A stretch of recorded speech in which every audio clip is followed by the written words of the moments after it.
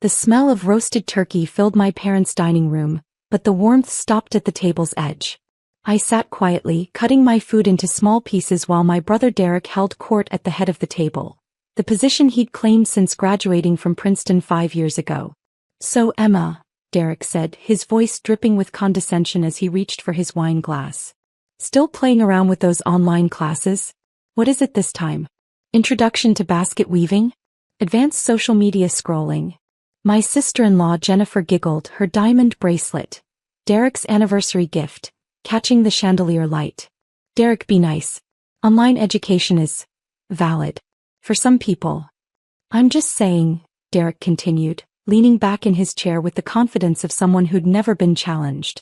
3 years of studying from home, and what does she have to show for it? No degree on the wall, no job offers, nothing. Meanwhile, I'm about to make junior partner at the firm. Dad set down his fork with deliberate precision. "Derek has a point, Emma. When are you going to get serious about your future? You're 28 years old. Your brother had his MBA by your age." "I am being serious," I said softly, keeping my eyes on my plate. "I'm working on something important." "Important?" Mom's laugh was sharp. "Sweetheart, we're just concerned. These internet certificates aren't real education. They're not from real institutions." "Actually," I started. "MIT isn't calling you for job interviews, are they?" Derek interrupted, smirking. "Harvard isn't begging for your expertise?" "No, because real institutions recognize real credentials. My Princeton diploma opens doors. Your online participation trophies collect dust." Jennifer nodded enthusiastically. "It's true, Emma. In the real world, pedigree matters. Derek's network from Princeton alone has been invaluable. You can't get that from a computer screen in your pajamas." "I don't wear pajamas when I—" "The point," Dad said, his voice taking on the authoritative tone he'd perfected as a corporate executive, "is that you need to face reality. This hobby of yours isn't a career path. I've spoken to colleagues. These online programs are barely recognized. Most HR departments won't even look at them." "Your father's right," Mom added, her concern seeming genuine despite the sting of her words. "We love you, but we're worried. You're isolated, staring at screens all day, taking classes that lead nowhere. What happens in 5 years? 10 years? Derek will be a senior partner. You'll still be, what? Collecting certificates nobody respects." I took a sip of water, letting the silence stretch. This wasn't new. Every family gathering for the past 3 years had followed the same script. My internet education was a running joke, a source of disappointment, proof that I'd taken the wrong path while my brother had chosen wisely. "I saw Rachel Henderson last week," Jennifer said, her voice bright with the pleasure of gossip. "Remember her? She did one of those online marketing courses. She's working retail now. Couldn't find anything in her field. The manager at Nordstrom felt sorry for her." "That's exactly what I'm talking about," Derek said, pointing his fork at me like a weapon. "These programs prey on people who can't get into real schools. They take your money, give you meaningless credentials, and leave you worse off than when you started. No real university would accept their credits. No serious employer would recognize them. How much have you spent on these courses anyway?" Dad asked, his executive mind immediately calculating losses. "Thousands? Tens of thousands? That money could have been a down payment on a house. An investment in something tangible. Or a real graduate program," Mom suggested. "It's not too late, honey. You could apply to state schools. Get an actual master's degree in something practical. Teaching maybe? Or nursing. Something with job security." I set down my fork carefully, folding my hands in my lap. "I appreciate the concern. Do you though?" Derek leaned forward, his Princeton ring gleaming. "Because from where I'm sitting, you seem pretty content to waste your life on fantasy education. You're not getting younger, Emma. The job market doesn't care about your feelings or your passion projects. It cares about credentials from institutions that matter." Derek graduated summa cum laude, Jennifer reminded everyone, as if we could forget with her bringing it up every 10 minutes. "His thesis was published in the Journal of Business Economics. That's the kind of achievement that builds a career. That's real academic success." "Exactly," Dad said. "Real universities, real research, real recognition. Not some recorded lectures you watch in your bedroom. Do you even interact with professors? Attend actual seminars? Have access to research facilities? My phone buzzed in my pocket. I ignored it. Your silence speaks volumes, Derek said, his smug satisfaction filling the room like cologne. You can't defend it because you know we're right. These online programs are a joke. They're not accredited properly. They don't have real faculty. They're diploma mills dressed up with fancy websites. That's not entirely fair, I said quietly. Some online programs are quite rigorous. Name one employer who would choose an online degree over a Princeton MBA, Derek challenged. One major corporation. One prestigious firm. You can't because they don't exist. The real world runs on real credentials. Mom reached over and patted my hand, her touch pitying. We just want you to be realistic, sweetheart. It's wonderful that you're interested in learning, but you need to think about your future. Marriage, children, stability. How will you support yourself? How will you attract a successful partner when you have nothing to show for all these years? She could always marry someone practical, Jennifer suggested, as if I weren't sitting right there. Someone with a real career who could support her. Hobbies. The table laughed. Even Mom smiled. My phone buzzed again. And again. Popular tonight, Derek observed sarcastically. Let me guess. Another online course reminder. Don't forget to submit your weekly discussion post. God, it's pathetic. Actually, I started to reach for my phone. Leave it, Dad commanded. We're having a family dinner. Whatever it is can wait. This is more important. Talking about your future before it's too late. I withdrew my hand. I've been thinking, Mom said, her voice taking on a planning tone. Your cousin Michelle works in HR at a mid-size company. Nothing fancy but stable. I could ask if they have any entry-level positions. Receptionist maybe? Administrative assistant? Something to get you started on a real career path. That's actually a great idea, Jennifer brightened. You have to start somewhere. Work your way up from the bottom. It's honest work. Better than pretending online classes are equivalent to real education, Derek agreed. At least you'd be building genuine experience, making connections with actual people, not avatars in chat rooms. I'll call Michelle tomorrow, Mom decided. Emma, you'll need to put together a real resume. Leave off the online courses. They'll hurt more than help. Focus on your high school achievements, any volunteer work. We'll frame it as exploring options before settling into a career. A 28-year-old receptionist, Derek mused. That's rough. But maybe it'll teach you the value of real credentials. I started at the firm making 6 figures right out of Princeton. That's the difference pedigree makes. My phone buzzed continuously now, vibrating against my leg like an insistent bee. The screen lit up my pocket. I could see the edge of notification after notification. What is going on with that phone? Dad's irritation sharpened. Emma, either turn it off or check it. The buzzing is disrupting dinner. It's probably her course platform, Derek laughed. Congratulations. You've completed Module 47. Basic concepts you should already know. Here's your digital badge that means absolutely nothing. I pulled out my phone. The screen was filled with notifications. Emails. Messages. Alerts. All marked urgent. Patent Office. Immediate attention required. MIT Technology Review. Request for immediate comment. Stanford Technology Transfer Office. Time-sensitive matter. National Science Foundation. Urgent contact needed. What? I whispered, scrolling through dozens more. What is it? Mom asked. Is everything okay? I opened the first email, my heart suddenly pounding. The words blurred, then focused. Dr. Emma Chin. This is an official notification from the United States Patent and Trademark Office. Your patent application #US 2024-8847392, Quantum Enhanced Neural Network Architecture for Protein Folding Prediction, has been approved with breakthrough classification. This designation is reserved for technologies deemed transformative to national scientific advancement. Additionally, we have been contacted by multiple entities regarding licensing negotiations. Given the unprecedented nature of your innovation, we recommend immediate legal consultation. Emma. Dad's voice seemed far away. What's wrong? You look pale. I scrolled to the next email, my hands shaking. Dr. Chin, MIT Technology Review is preparing an emergency feature on your breakthrough. Our preliminary analysis suggests your algorithm reduces protein structure prediction time from months to hours, with accuracy exceeding all existing models. We need to discuss interview timing for our cover story. We understand Pramedika Pharma, GenBio Solutions and Tech Health Systems are in active bidding.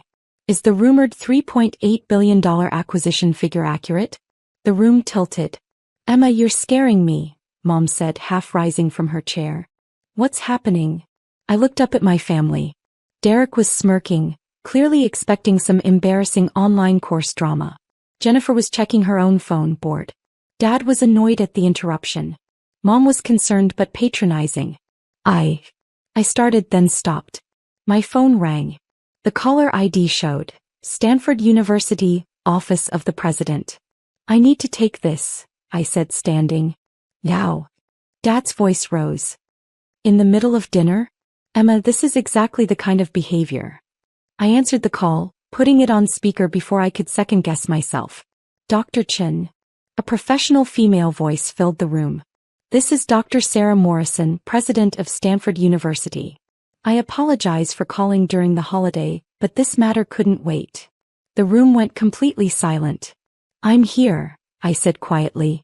Dr. Chin, we've been reviewing your doctoral thesis on quantum computing applications in biological modeling. Combined with your recent patent breakthrough, Stanford would like to formally offer you a full professorship in our Department of Bioengineering, effective immediately. We're also prepared to establish a research lab under your direction with a $50 million initial funding allocation. Derek's fork clattered against his plate. Additionally, Dr. Morrison continued, we understand you're currently affiliated with MIT's online doctoral program. While we respect their distance learning division tremendously, we believe your work deserves on-campus resources. We'd like to discuss relocating your research to Stanford. Thank you, I managed. Can I call you back? I'm with family. Of course. But Dr. Chin? The scientific community is buzzing about your breakthrough. Protein folding has been an unsolved problem for decades. Your algorithm changes everything. We want to ensure Stanford is part of that future. She hung up. The silence in the dining room was absolute. Emma, Mom whispered. What was that? Did she say, Doctor? Professor? I sat back down slowly, looking at my phone as another call came in. This time, Nobel Prize Committee, preliminary inquiry. I declined it. What the hell is going on? Derek's voice had lost all its smugness. That wasn't real. That's a prank, right? Someone's messing with you. I pulled up my email and turned my phone so they could see the screen. Official letterheads from Stanford, MIT, the Patent Office, the National Science Foundation, Nature Journal, Science Magazine, 3 pharmaceutical companies, 2 biotech firms. Protein folding? Dad leaned forward, his executive brain suddenly engaged. Emma, that's major pharmaceutical research. That's billions of dollars in potential drug development. I've been working on it for 3 years, I said softly. Through MIT's online doctoral program in computational biology. The one you all thought was a waste of time. You have a PhD? Mom's voice cracked. From MIT? Defending my dissertation next month. But they're calling me doctor based on the patent approval. It's somewhat premature, but given the circumstances. Wait, Derek interrupted, his face reddening. You're telling me you've been working on some billion-dollar patent? From your bedroom? Through online classes. Not just classes. MIT's distance doctoral program is fully accredited. Same faculty, same research standards, same degree as on-campus students. I worked with Dr. Raj Patel. You might know him, Derek, he won the Turing Award 2 years ago. And Dr. Lisa Wong from their quantum computing lab. Jennifer was frantically Googling on her phone.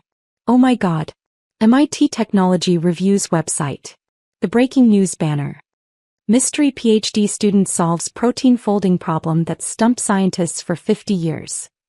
Let me see that. Derek grabbed her phone. His face went white as he scrolled. Jesus Christ. They're calling it the biggest breakthrough in computational biology this decade. Pramedika offered $3.8 billion for exclusive licensing rights. My phone rang again. Pramedika Pharma. I answered, keeping it on speaker. Dr. Chin, Mark Rodriguez, CEO of Pramedika Pharma. I'm calling personally to confirm our offer. $3.8 billion for exclusive pharmaceutical licensing rights to your protein folding algorithm, plus 15% royalties on all drug developments utilizing your technology. We estimate that's an additional $500 million annually once our pipeline launches. I haven't agreed to exclusive rights, I said, my voice steadier now. Several companies are interested. We can go to $4.2 billion, he said immediately. And 18% royalties. Dr. Chen, your algorithm could revolutionize drug discovery. Diseases we've struggled to treat for decades could have cures within 5 years. We want to be your partner in that mission. I need time to consider all options, I replied. My attorney will be in touch. Your attorney? He said. Dr. Chen, with respect, you need a team. This is beyond a single lawyer. You need patent specialists, licensing experts, pharmaceutical consultants.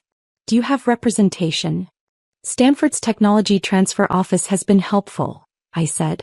MIT as well. I'm not navigating this alone. Smart. Very smart. Dr. Chen, whatever you decide, what you've accomplished is extraordinary. The scientific community owes you an enormous debt. I hope we can work together. He hung up. I looked at my family. Derek had slumped in his chair, his Princeton confidence evaporated. Jennifer stared at her phone, scrolling through article after article about my breakthrough. Mom's hand covered her mouth. Dad's executive mask had cracked, revealing something like shock. $4 billion, Dad said slowly. Emma. $4 billion. The patent is worth more, I said quietly. The pharmaceutical applications alone could be worth tens of billions over time. Every major drug company needs this technology. It changes everything about how we discover and develop medications. But you said, internet classes, Mom whispered. You said online courses. MIT's online doctoral program, I corrected gently. Fully accredited. Same rigorous standards as on campus. I took courses in quantum computing, advanced algorithms, molecular biology, biochemistry. I worked with leading researchers through virtual collaboration platforms. I had access to MIT's computational resources remotely. I published 3 papers in peer-reviewed journals. Why didn't you tell us? Mom asked. Why did you let us think? I tried, I said. Multiple times. But every time I mentioned my doctoral work, you talked over me. You assumed online meant inferior. You never asked what I was actually studying or who I was learning from. You just decided it wasn't real. Derek found his voice, though it came out strangled. You're seriously telling me you completed a PhD from MIT? While I was getting my MBA from Princeton, you were doing doctoral research. Yes. In computational biology, quantum computing, fields you never even studied as an undergraduate. MIT's program allowed me to build the necessary foundation while pursuing advanced research. It took longer, 3 years instead of the typical 2 for on-campus students. But the flexibility allowed me to go deeper into the work. Deeper, Derek repeated hollowly. You solved a 50-year-old problem. You have a patent worth billions. Companies are fighting over you. Stanford is offering you a professorship. Several universities are, I said. Stanford, MIT, Harvard, Caltech. Even Cambridge in the UK reached out. Jennifer was still scrolling. Forbes just posted an article. Mysterious online student becomes overnight billionaire. They're estimating your net worth at over $5 billion once the deals close. Emma, you're on the Forbes real-time billionaires list. You're number 847. Between a real estate mogul and a cryptocurrency founder. That's speculative, I said. The deals aren't finalized. Gen Bio Solutions just tweeted. Jennifer continued, her voice rising. They're offering $4.5 billion plus stock options. This is insane. Companies are bidding against each other in real time. My phone buzzed with another email. Nature Journal wanted to publish my full research paper in an emergency special issue. Science magazine was requesting a commentary piece. The NIH was inviting me to present at their annual directors' seminar. Emma, Dad said, and for the first time in years, I heard uncertainty in his voice. I'm having trouble processing this. You've been working on billion-dollar research? For 3 years. While we thought you were wasting time. Yes. And you never got angry? Never defended yourself? Never shoved it in our faces? Would you have listened? I asked simply. Or would you have found reasons to dismiss it? She's exaggerating. Online degrees don't count. It's probably not as impressive as she thinks. I learned early that showing you papers or explaining my research was pointless. You'd already decided online education was inferior. Mom's eyes filled with tears. Sweetheart, we were trying to help. We thought we were protecting you from wasting your life on something that wouldn't. You were protecting your assumptions, I interrupted, my voice still calm but firm. You didn't ask questions. You didn't do research. You didn't look at MIT's program or talk to anyone in academia about distance doctoral education. You just decided you knew better. I'm a Princeton MBA, Derek said as if saying it aloud would restore his world to order. I'm about to make junior partner. I'm successful. You are, I agreed. You've done well. Princeton is an excellent school. Your career is solid. But you're a billionaire, he said flatly. You have a PhD from MIT. You solved a problem that could change medicine forever. Stanford wants to name a research lab after you. I'm your sister who took online classes, I said. That hasn't changed. The education was always real. The work was always rigorous. You just couldn't see past your biases. Jennifer had moved on to social media. Twitter is exploding. Hashtag protein folding is trending. Scientists worldwide are calling this the breakthrough of the decade. There's a hashtag online PhD. People are sharing their success stories from distance learning programs. You're accidentally becoming the face of online education legitimacy. Another call. This time the White House Office of Science and Technology Policy. I let it go to voicemail. The White House. Mom said faintly. Emma, the White House is calling you. Probably about funding or policy implications, I said. The breakthrough has national science priority implications. They'll want to ensure American research institutions benefit. National science priority, Dad repeated. My daughter has work classified as national science priority. Our daughter, Mom corrected, but her voice was distant, shocked. My phone lit up again. A text from Dr. Raj Patel, my MIT advisor. Emma, the world just caught up to what I've known for 2 years. You're brilliant. Enjoy watching everyone else figure it out. Call me when you're ready to discuss next steps. Also, the Nobel Committee isn't joking. Start thinking about Stockholm. I showed them the text. Nobel Prize. Jennifer whispered. They're considering you for a Nobel Prize? It's preliminary, I said. They don't award it immediately. But protein folding is exactly the kind of fundamental science problem they recognize. Combined with the practical applications, potentially curing diseases, accelerating drug development, it fits their criteria. Jesus, Derek said. Jesus Christ. I mocked you. At Thanksgiving, I told Uncle Robert you were unemployed and taking fake classes. I laughed about it. I said you'd probably end up working retail. You did, I confirmed. And the whole time you were doing this, you were working with Turing Award winners on research that could win a Nobel Prize. Yes. Why? His voice broke. Why didn't you shut me up?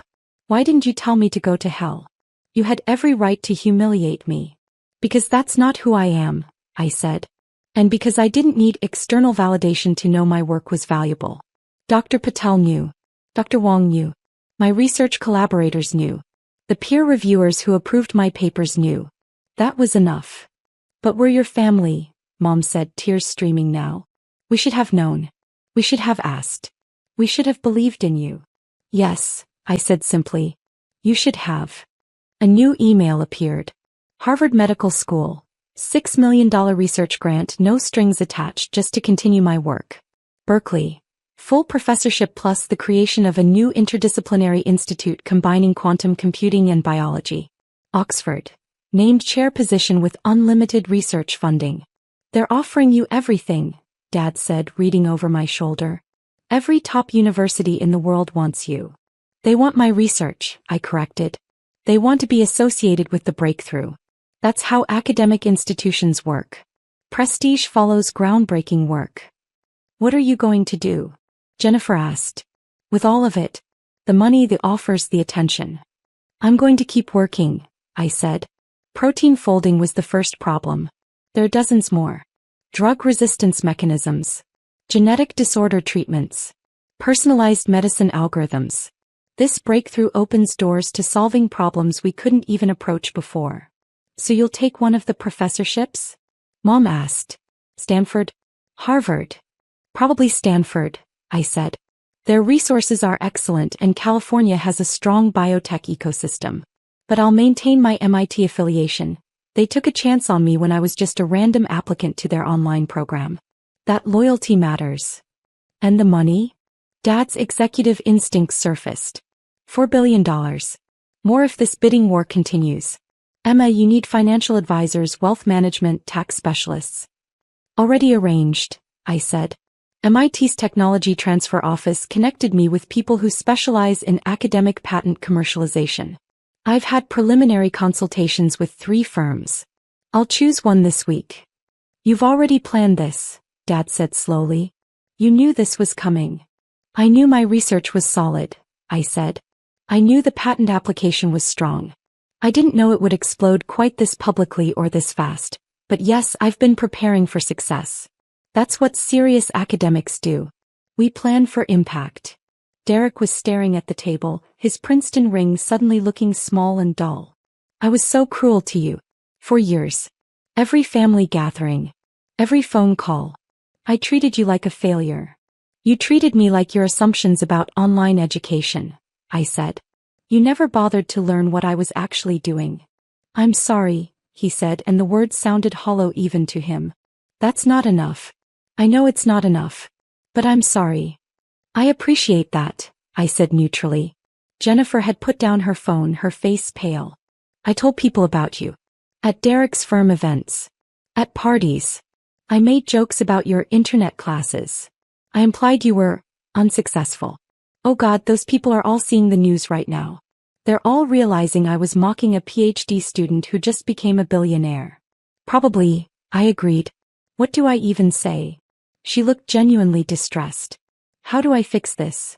You don't, I said simply. You live with it. You learn from it. Hopefully you stop judging people's worth by whether their education matches your preconceptions. My phone rang again. Tech Health Systems. $4.8 billion offer, final bid. I declined the call. You're not even answering? Dad said incredulously. That's nearly $5 billion. And it'll still be $5 billion tomorrow, I said. I'm not making decisions worth billions of dollars during Christmas dinner while in shock. That would be stupid. That's actually very wise, Dad admitted.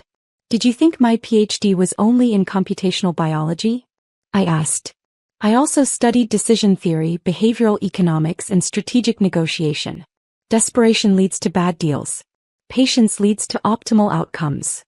Mom laughed, a slightly hysterical sound. Of course you did. Of course you studied negotiation strategy while we thought you were watching recorded lectures in your pajamas. I did watch recorded lectures, I said. Excellent ones. From professors who've published hundreds of papers and advised Fortune 500 companies. The delivery method doesn't determine the content quality. You all just assumed it did. Another email. The MacArthur Foundation, Genius Grant nomination being fast-tracked. They're calling you a genius, Jennifer read over my shoulder. The MacArthur Foundation. The Genius Grant, people. It's a nomination, I said. Not confirmed. But yes, my work apparently meets their criteria for exceptional creativity and potential for future advances. Derek stood abruptly, his chair scraping back. I need air. I can't. He walked to the window, his back to us. Derek. Jennifer started to follow him. Don't, he said, his voice thick. Just give me a minute. We sat in silence. My phone continued buzzing, but I ignored it. The turkey was getting cold. The dinner, the whole evening, was ruined, though not in the way anyone had expected. Emma, Dad said finally, his executive composure cracking. I owe you an apology that I don't know how to give. I dismissed your work. I questioned your choices. I implied you were wasting your life. And the whole time, you were doing something extraordinary. You owed me the benefit of the doubt, I said quietly. You owed me basic respect for my decisions. You owed me curiosity about what I was actually doing. The apology is nice, but the damage is done. What does that mean? Mom asked fearfully. Are you cutting us off? Ending contact. I don't know yet, I said honestly. Right now I'm angry. I'm hurt. I'm vindicated but also sad because my family spent 3 years mocking something they didn't understand. I need time to process what that means for our relationships. Please don't shut us out, Mom pleaded. We made mistakes. Terrible mistakes. But we love you. Do you? I asked. Or do you love the successful version of me? The billionaire PhD with the breakthrough patent? Would you love the version of me who completed the same work but whose patent didn't happen to be worth billions? What if my research had been important but not commercially valuable? Would you respect me then? Silence. That's what I thought, I said softly. Derek turned from the window, his face blotchy. For what it's worth, I respect you now. I see what you accomplished. I understand what you did. Now that there's a dollar figure attached, I said. Now that institutions are fighting over me. Now that my success is visible and measurable in ways you understand. But Derek, I was doing important work the whole time. The value didn't suddenly appear when the patent sold. It was always there. You just couldn't see it. You're right, he said, his voice breaking. You're absolutely right. And I have to live with that. I have to live with knowing I was cruel to my sister while she was changing the world. That's my burden, not yours. My phone buzzed with a text from a number I didn't recognize. Dr. Chin, this is Bill Gates. I got your information from MIT. Your work on protein folding is exactly what we need for the Foundation's disease research initiatives. Would you be open to a conversation about partnership possibilities? No pressure, just excited about the potential impact on global health. I showed them the text. Bill Gates, Jennifer said numbly. Billionaire Microsoft founder Bill Gates just texted you casually. Billionaires network with billionaires, I said with a slight smile. Apparently that's my peer group now. Jesus, Derek muttered. An email from Forbes. They wanted to interview me for their 30 under 30 special issue, except I was 28 and they were considering creating a special category just for me. 30 under 30 who changed everything. This is surreal, Mom said. This whole night is surreal. It's been a surreal 3 years, I said. Doing groundbreaking research while my family told me I was wasting my life. Knowing I was on the edge of something massive while being treated like an embarrassment. That was surreal too. We'll do better, Dad promised. Whatever it takes. Whatever you need. We'll support you going forward. Going forward is easy, I said. It's looking backward that's hard. How do I forget 3 years of contempt? 3 years of being the family failure? 3 years of having my work dismissed without anyone even asking what it was. You probably can't, Derek said quietly. And we probably don't deserve forgiveness. But maybe we can earn back a fraction of your trust? Over time. I looked at my brother, successful, confident Derek with his Princeton MBA and his junior partnership and his expensive wine. He looked smaller now, diminished not by my success but by his recognition of his own cruelty. Maybe, I said finally. But it won't be quick. And it won't be easy. And I'm not going to pretend the past 3 years didn't happen just because everyone's suddenly impressed. Fair, he said. More than fair. My phone rang. Stanford again. I should take this, I said standing. It's about the professorship details. Of course, Mom said quickly. Of course take it. We'll be here. I walked into the hallway answering the call. Dr. Morrison's voice was warm and professional, discussing lab space, graduate student allocations, research budgets. Behind me in the dining room I could hear my family's muffled voices, shocked, regretful, struggling to process the shift in their understanding of who I was and what I'd accomplished. The conversation with Dr. Morrison lasted 20 minutes. By the time I returned, the dining room had been cleared. My family sat in the living room, phones out, reading article after article about my breakthrough. They're calling you the Edison of computational biology, Jennifer said, looking up. This article says your algorithm could reduce drug development time by 60%. That's thousands of lives saved. Diseases cured faster. Emma, you're going to save lives. That's the goal, I said. That's always been the goal. Not the money? Dad asked. The billions. The money is nice, I admitted. It means security, freedom, the ability to fund research without constant grant applications. But the work is what matters. Solving problems that improve human health. That's why I chose this field. Through online classes, Mom said, and this time there was wonder in her voice instead of contempt. You changed the world through online classes. Through a rigorous doctoral program that happened to be delivered online, I corrected. Through collaboration with brilliant researchers. Through access to computational resources and peer-reviewed publication. Through thousands of hours of work. The delivery method was just logistics. We completely missed it, Dad said. We saw online, and stopped listening. We didn't see the MIT affiliation, the caliber of faculty, the research standards. We just saw our biases confirmed. Yes, I said. You did. What happens now? Derek asked. With us, I mean. With the family. I don't know, I said honestly. Tonight I'm going to my hotel. I booked a room before dinner in case things went badly, which they did, just not in the way I expected. Tomorrow I fly to Palo Alto to meet with Stanford. Next week I have meetings with pharmaceutical companies, my attorneys, and the technology transfer offices at MIT and Stanford. My life is about to become very complicated. Can we be part of it? Mom asked. Not the business side. I understand we don't have a right to that. But your life. Your success. Can we celebrate with you even if we don't deserve to? Eventually maybe, I said. But right now I need space. I need to process 3 years of being dismissed by the people who should have supported me. That's going to take time. We understand, Dad said, though his voice was heavy with regret. I gathered my coat and bag. At the door I turned back. For what it's worth, I said, I never doubted my work. Your opinions hurt, but they didn't stop me. I knew what I was doing was important. I had mentors who believed in me, colleagues who respected my research, and reviewers who validated my contributions. Your lack of faith was painful, but it wasn't defining. That's good, Derek said. That's really good. You didn't need our approval. No, I agreed. But I wanted it. I wanted my family to be proud of me for what I was doing, not just for the dollar figure attached to it. That's the part that hurts. I left them sitting in shocked silence, their assumptions shattered, their understanding of education and success fundamentally challenged. My phone buzzed as I got in my rental car. Another email from Dr. Patel. The world is scrambling to catch up to you. Enjoy the chaos. You earned it. I smiled, started the car, and drove toward the hotel. Tomorrow would bring meetings, decisions, and negotiations worth billions. Tonight I'd simply let myself feel the vindication of being right when everyone told me I was wrong. The online classes they'd mocked had changed the world. And there was nothing they could say to diminish that.